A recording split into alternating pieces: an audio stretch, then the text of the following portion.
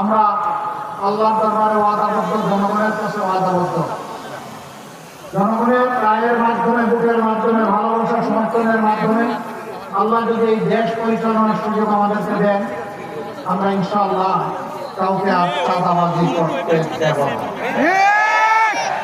ইনশাআল্লাহ এই দেশে কারো দুর্নীতি করার সুযোগ থাকবে না। এই দেশে রাজার ছেলে রাজা হবে, বংশানুক্রমিক পরিবারতান্ত্রিক রাজনীতি এই দেশে আর চলবে না। এই দেশে রাজনীতি হবে মেধা এবং যোগ্যতার ভিত্তিতে, রাজনীতি হবে দেশপ্রেমের প্রমাণের মাধ্যমে। এই দেশে কোন আধিপত্যবাদী রাজনীতি আর চলবে না। হ্যাঁ, আমাদের প্রতিবেশী সহ সারা দুনিয়ার সাথে আমাদের চমৎকার সম্পর্ক থাকবে। সেই সম্পর্ক হবে সমতা এবং মর্যাদার ভিত্তিতে। অমর্যাদার কোন সম্পর্ক আমাদের কোন দেশের সাথে চাই না। আমরা মাথা উঁচু করে দাঁড়াতে চাই। এই জন্যে আমাদের সোনার সন্তানেরা, আমাদের কলিজার সন্তানেরা সেদিন গুলিকে পরোয়া করে না, তারা দাঁড়িয়ে গিয়েছিল। তৎকালীন স্বরাষ্ট্রমন্ত্রী বলছিলেন, কি তোমাদের গুলি কি শেষ হয়ে গেল? রাস্তা এখনো নিয়ন্ত্রণে আনতে পারো না কেন? তখন একজন অফিসার বলেছিলেন, স্যার, একটা গুলি মারি একজনই পড়ে দ্বিতীয়জন দাঁড়িয়ে যায়।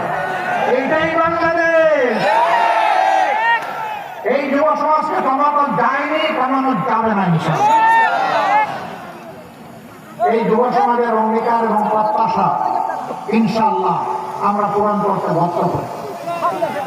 যদি এই প্রত্যাশা পূরণ করতে না পারে, আমাদের রাজনীতি করার কোন দরকার নেই।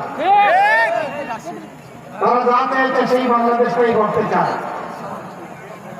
আপনারা সবাই আমাদের সাথে থাকবেন ইনশাআল্লাহ।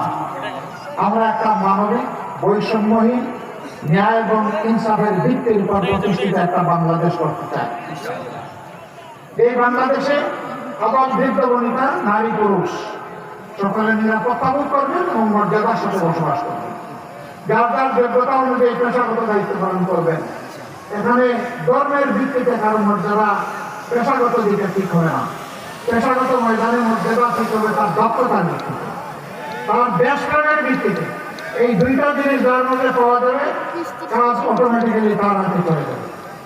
আমরা সেই শিক্ষা ব্যবস্থাটা চাচ্ছি যেটা মানুষকে মানুষ হিসাবে গড়ে তুলবে, মানুষকে আর ডাকাই করতে সাহায্য করবে না, মানুষের সন্তান বানাবে, দেশ গড়ার কারিগর বানাবে। সেই শিক্ষা আমরা আমাদের সন্তানদের হাতে তুলে দেবো ইনশাআল্লাহ। ভাই বোনেরা, মায়েরা থাকবেন ঘরে, চলাচলে, কর্মস্থলে, সব জায়গায় নিরাপদ থাকবেন মর্যাদার সাথে। শিশু জন্ম নেওয়ার পরে তার পুষ্টি, তার স্বাস্থ্যের পরিচর্যা, এর দায়িত্ব সরকারের।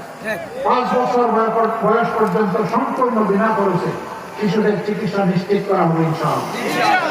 আর সারা জিন্দগি জাতিকে নিয়ে যারা উদ্ধার করে একটা বয়সে পৌঁছে যাবেন, অবসর জীবনে চলে যাবেন, তাদেরও চিকিৎসার দায়িত্ব দেবে সরকার এবং রাষ্ট্র।